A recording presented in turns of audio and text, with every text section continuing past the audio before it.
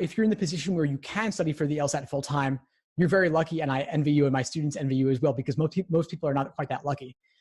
But if you can study full time, I would recommend wake up, take a shower, eat breakfast, work out, allow at least a gap of a few hours between your wake up time and when you start studying. So let's say you wake up at 7, you start at 9, or you wake up at 9, you start at 11.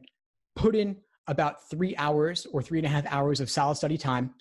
Take a break for lunch, take a walk, come back, hit it for another 2.5, 3 hours, then sign off, and you're good for the day. This is sustainable. It is not burning out. It's not giving it every single waking hour. That's too much if you're studying full time, especially over the course of a few months. So really try to have some balance.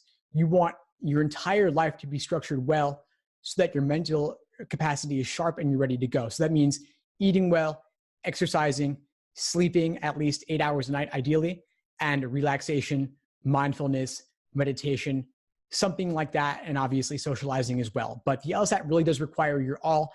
And if any one of those things I listed is not correct, if you're not eating well, if you're not sleeping enough, it will show in your LSAT score. So definitely have some balance and use my schedules. I actually include off days in my day-by-day study plans because I really want you to take a break every now and then.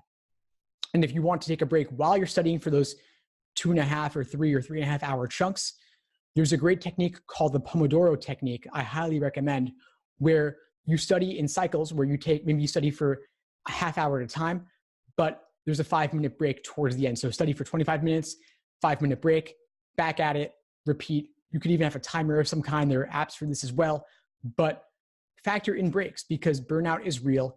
I see it all too often, especially among those type A gunner personalities going to law school, of course. And you don't want that to be you because then your score plummets and you don't know why. And it's not a conceptual thing. It's not something that you actually can improve through studying more.